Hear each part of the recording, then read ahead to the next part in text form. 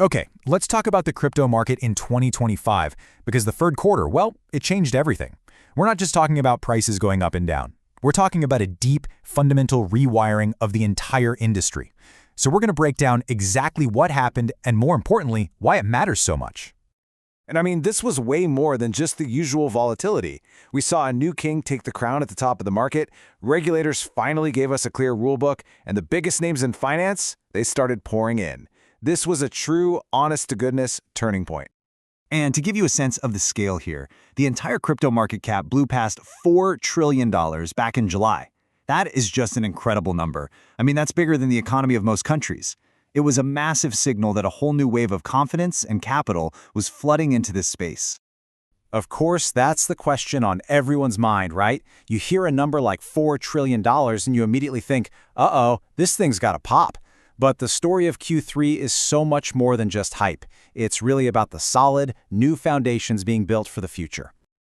So, to really get what made this quarter so pivotal, we're going to look at it from three different angles: the wild price action, the game-changing new regulations, and the moment big money finally decided to go all in on crypto. Let's start with the price action, because something really interesting happened at the top. You know, for the longest time, the saying has always been, as Bitcoin goes, so goes the market. Well, Q3 absolutely shattered that whole idea. And you know, the numbers here, they just tell the whole story. Bitcoin put up a respectable 6% gain. Not bad. But Ether, it went on an absolute tear, surging over 70%. This wasn't just a small gap. This was a seismic shift. It told us that the big money investor thesis was changing, moving beyond just Bitcoin as a store of value, and really embracing Ether's potential as programmable money. So, when you see that kind of dramatic outperformance from Ether, it triggers what everyone in the space calls an altcoin season. What that means is traders and investors start taking their profits from Bitcoin and rotating that capital into other assets, things like Ether, Solana, Chainlink, which causes them to rally even harder. It's a classic capital rotation, just on a massive scale. And this wasn't just people gambling on prices. The actual real-world use of these networks, especially in decentralized finance, or DeFi, it also exploded. The total amount of money locked into DeFi apps, for lending and trading, it soared past $164 billion. This isn't just numbers on a screen. This is real, tangible economic activity happening. Okay, now let's get to the second major force. And honestly, this might be the most important one. It's this powerful 1-2 punch of regulatory progress and the flood of institutional money that came right after.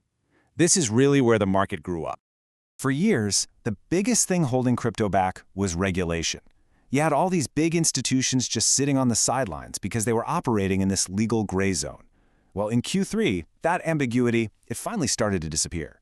And that changed the entire game. The single biggest development here was something called the Genius Act. This was a landmark piece of legislation in the US that finally created a federal framework for stablecoins. Those crypto tokens pegged to the dollar? They're basically the bedrock of the whole DeFi ecosystem. For big investors, this was a massive de-risking event.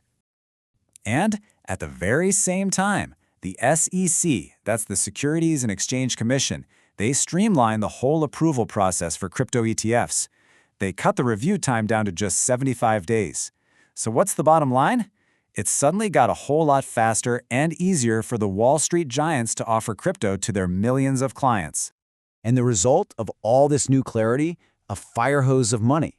Just look at the existing Bitcoin ETFs. They alone saw $55 billion in new investment through the end of the quarter. The floodgates for big money were officially wide open. And you don't have to take my word for it. Max Gochman, from the investment giant Franklin Templeton, he pointed to a huge spike in institutional interest. And not just in buying coins, but in the actual underlying blockchain technology and this idea of tokenizing real-world assets. So we've got the money, we've got the rules, but what about the tech? Well, this whole boom was also being powered by some incredible leaps forward under the hood, specifically in two areas: getting different blockchains to actually talk to each other and merging them with the power of AI. Max Gochman, again, he put it perfectly. He compared the new crypto world to traditional finance, right? If you trade stocks on the NASDAQ and you trade commodities on the CME.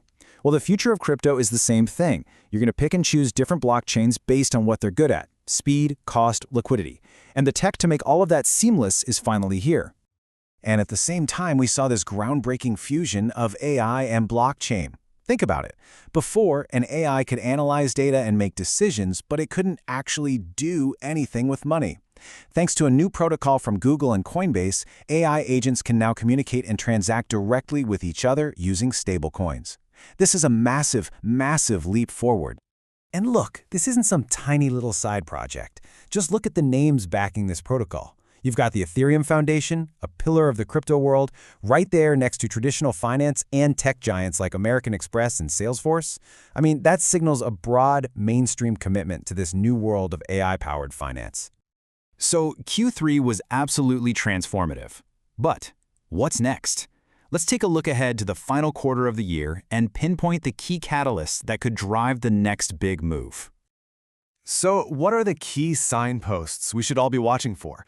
Well, there are 4 major developments that could really define the market as we close out the year.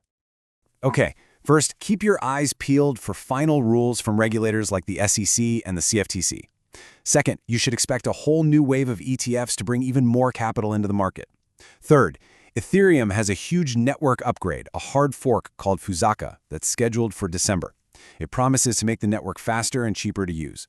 And finally, on the big picture macro front, any hint of interest rate cuts from the central bank could just pour more fuel on this fire.